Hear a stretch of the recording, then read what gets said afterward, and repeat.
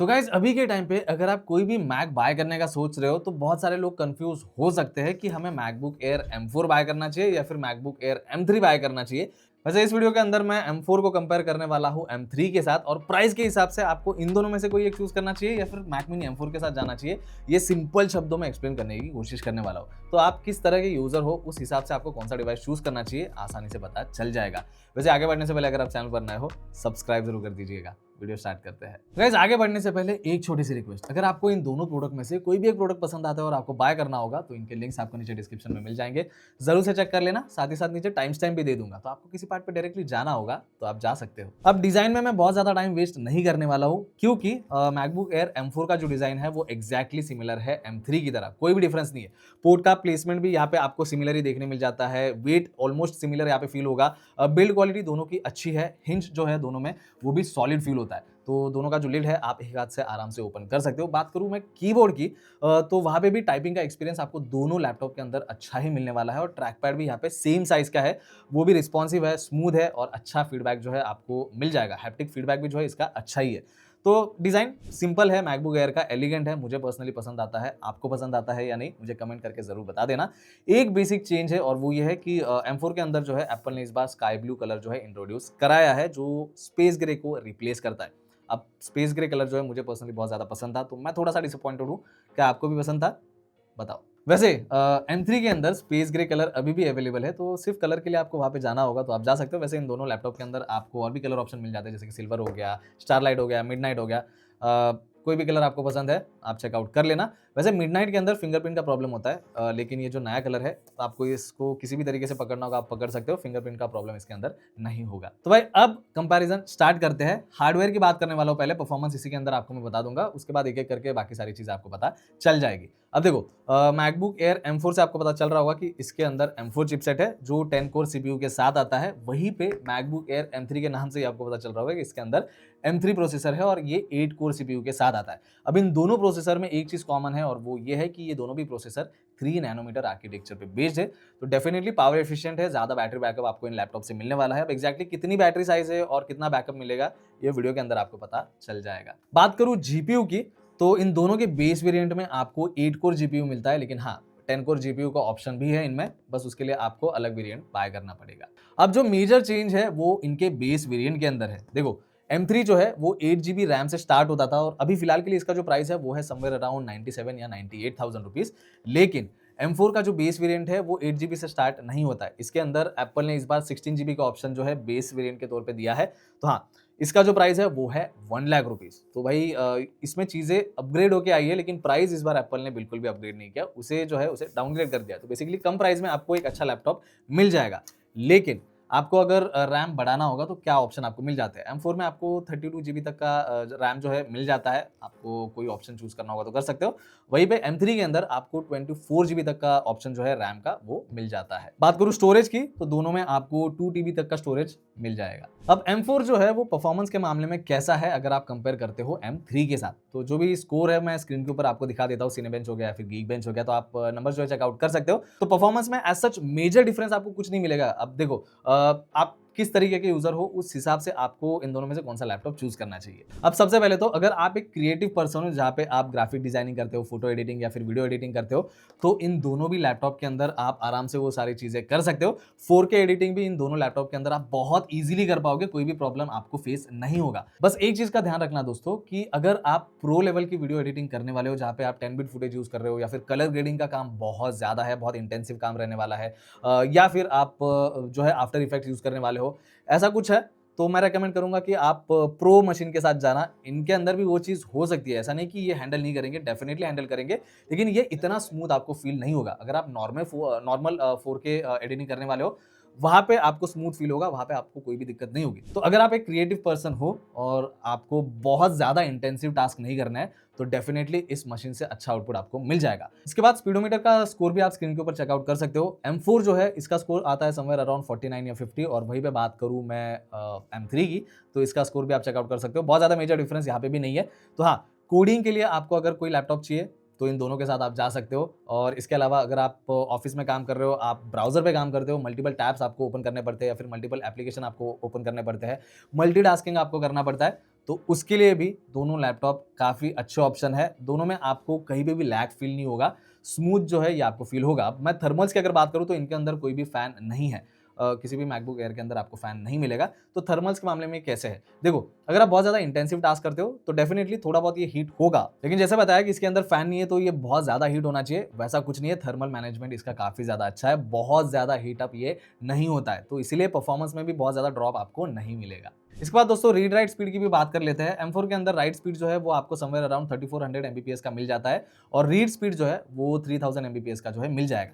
वहीं पे मैं बात करूँ M3 की, तो इसके अंदर 3000 एमबीपीएस का जो है राइट स्पीड आपको मिल जाएगा और 2800 एमबीपीएस का जो है रीड स्पीड आपको मिल जाता है। तो वहाँ पे डेफिनिटली थोड़ा बहुत डिफरेंस है। तो अगर आपको थोड़ा सा एक्स्ट्रा स्पीड चाहिए होगा तो आप M4 के साथ जा सकते हो। अब नेक्स्ट पार्ट पे जाने से पहले परफॉर्मेंस के तौर पे अगर आप सोच रहे हो कि गेमिंग भी हम इसके अंदर कर सकते हैं, तो गेमिंग आप कर सकते हो, लेकिन मैं बिल्कुल भी इसे गेमिंग के लिए रिकमेंड नहीं करूंगा। उसके लिए आप विंडोज लैपटॉप की ओर जा सकते हो भाई, अगर आपको गेमिंग बहुत ज्यादा मैटर करता है।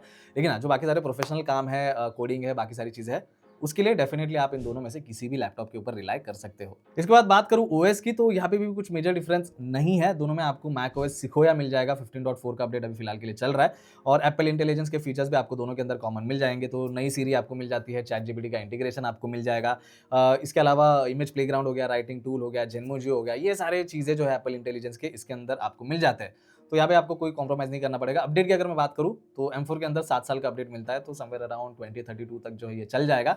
अब ये जो है हो सकता है 1 साल कम अपडेट प्रोवाइड करे, लेकिन हाँ, बस इतना ही डिफरेंस है, इसके अलावा कुछ मेजर डिफरेंस है नहीं। बाकी रही बात मैकओएस के बाकी सारे फीचर्स की, तो जो इनके इकोसिस्टम में फीचर्स आपको मिलते हैं वो इसमें भी मिलने वाले हैं, ऐसा कुछ एज सच अलग नहीं है। एक और मेजर चेंज है और वो है यहाँ पे कैमरा को लेके। देखो, M4 के अंदर आपको 12 मेगापिक्सल का सेंटर स्टेज कैमरा मिलता है, वहीं पे M3 के अंदर आपको नॉर्मल 1080p कैमरा मिल जाएगा। इसका जो सेंटर स्टेज कैमरा है दोस्तों, वो काफ़ी अच्छे से काम करता है। बेसिकली आप स्क्रीन पे कहीं पे भी मूव करते हो तो आपको ये सेंटर में रखने की कोशिश करता है। इसके अलावा इसके अंदर आपको डेस्क व्यू का ऑप्शन भी मिल जाता है, जो M3 के अंदर मिसिंग है। अब डेस्क व्यू अगर आपको कुछ चीज़ दिखानी होगी डेस्क के ऊपर, या फिर टाइप आप कर रहे हो, कुछ कर रहे हो, तो डेस्क व्यू की मदद से जो है आप वो चीज़ कर पाओगे। हालाँकि अगर आप आईफ़ोन यूज़ करते हो एज़ अ एक्सटर्नल कैमरा, तो उसके अंदर डेस्क व्यू थोड़ा-सा और अच्छा दिखा देता है। इसके अंदर इतना अच्छा मुझे नहीं लगा, लेकिन हाँ, सेंटर स्टेज काफ़ी अच्छे से काम कर रहा है। इसके बाद बात करते हैं डिस्प्ले की। अब देखो, इन दोनों लैपटॉप के अंदर सेम डिस्प्ले आपको मिलता है, जो है 13.6 इंच का आईपीएस एलईडी डिस्प्ले, जो 60 हर्ट्ज रिफ्रेश रेट के साथ आता है। अब जिस प्राइस पॉइंट पे ये लैपटॉप अवेलेबल है, यहाँ पे ये डिसअपॉइंटमेंट ही बोलूँगा मैं, क्योंकि इस प्राइस रेंज में अगर आप विंडोज़ लैपटॉप की ओर देखते हो तो आपको ओलेड डिस्प्ले भी मिल जाता है और साथ ही साथ हायर रिफ्रेश रेट का ऑप्शन भी मिल जाएगा। तो एप्पल को पता नहीं यार 60 हर्ट्ज से क्या प्यार है, इतने पैसे भरने के बाद भी रिफ्रेश रेट यहाँ पे नहीं बढ़ा है, तो ये डिसअपॉइंटमेंट है। लेकिन अगर आप डिस्प्ले के आउटपुट को देखोगे तो आउटपुट इसका काफ़ी अच्छा है, वहाँ पे आपको डिसअपॉइंट बिल्कुल भी नहीं होना पड़ेगा। कलर्स के मामले में आउटपुट अच्छा है, क्लैरिटी आपको अच्छी खासी मिल जाती है, वाइड कलर P3 का भी सपोर्ट आपको यहाँ पे मिल जाता है। तो अगर आपको कलर के काम करने होंगे, जैसे कि थोड़ा बहुत कलर ग्रेडिंग आपको करना होगा, ग्राफिक का काम करना होगा, तो वो सारी चीज़ें जो है इसके अंदर आप आराम से कर सकते हो। 500 निट्स की ब्राइटनेस भी आपको मिल जाती है और डिस्प्ले के रेजोल्यूशन की अगर मैं बात करूँ तो 2560 इंटू 1664 का रेजोल्यूशन आपको मिल जाता है। और क्योंकि ये वो नॉच वाले डिजाइन के साथ आता है, तो बेजल्स भी आपको यहाँ पे पतले देखने मिल जाएंगे अगर आप डायरेक्टली M1 के साथ कंपेयर करते हो तो। इसके अलावा कुछ कॉमन फीचर्स की और मैं बात करूँ तो इन दोनों के अंदर आपको Wi-Fi 6E का सपोर्ट मिलेगा। इसके अलावा टच आईडी भी दोनों के अंदर आपको मिल जाता है, जिसे आप मल्टीपल चीजों के लिए यूज कर सकते हो।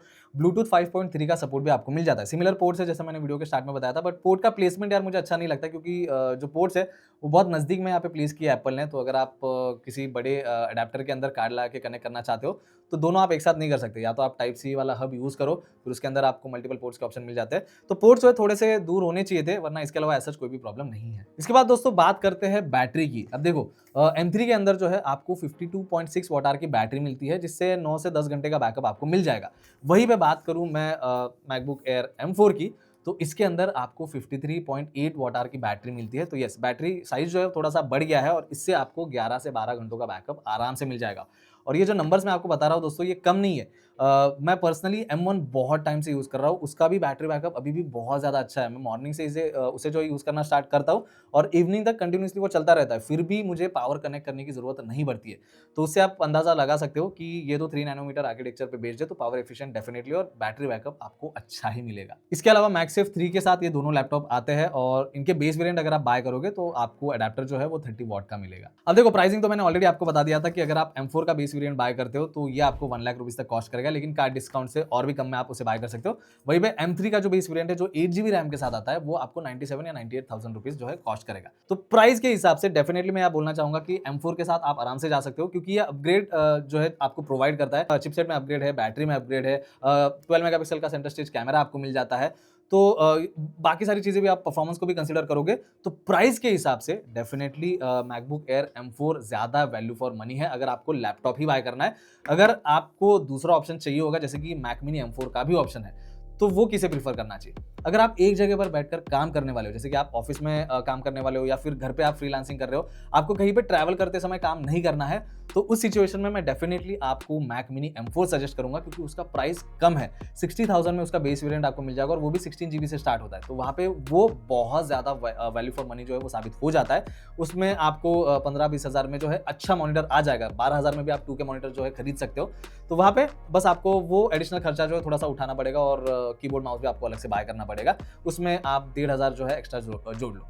तो अगर आपको कहीं पे ट्रैवल करके काम नहीं करना है और आपको बहुत ज्यादा पैसे भी खर्च नहीं करने हैं, लेकिन आपको मैक डिवाइस ही बाय करना है, तो भाई मैक मिनी M4 के साथ आप आराम से जा सकते हो। लेकिन अगर आप एक ऐसा मैक डिवाइस चाहते हो जहां पे आप ट्रैवल कर रहे हो लेकिन उसी समय पे काम भी करना चाहते हो, तो आपको आंसर पता है। मैं मैकबुक एयर M4 अभी के टाइम पे रेकमेंड करना चाहूंगा, क्योंकि सच में वैल्यू फॉर मनी प्रोडक्ट है। एक और चीज, अगर आपको MacBook air M3 second hand अगर बहुत कम प्राइस में मिल रहा है, तो भाई इसके साथ भी आप जा सकते हो। इसके लिए आपको फिर M4 के ऊपर एडिशनल पैसे खर्च करने की जरूरत नहीं पड़ेगी। लेकिन हाँ, अगर इसके ऊपर सच में उतना डिस्काउंट अगर चल रहा है या फिर सेकंड हैंड इतना अच्छा अगर मिल रहा होगा तो उसे कंसीडर कर लेना, वरना नया अगर आपको बाय करना ही है तो M4 एयर या फिर मिनी के साथ आप जा सकते हो। तो यही था आज के इस कंपैरिजन वीडियो के लिए। आई होप ये वीडियो आप सभी के लिए हेल्पफुल रहा होगा। अगर रहा है तो वीडियो को लाइक जरूर कर देना। कुछ आपके सवाल है तो कमेंट सेक्शन में मेंशन कर देना, और जाने से पहले चैनल को जरूर सब्सक्राइब कीजिए। मिलता हूं नेक्स्ट वीडियो में। Thank you.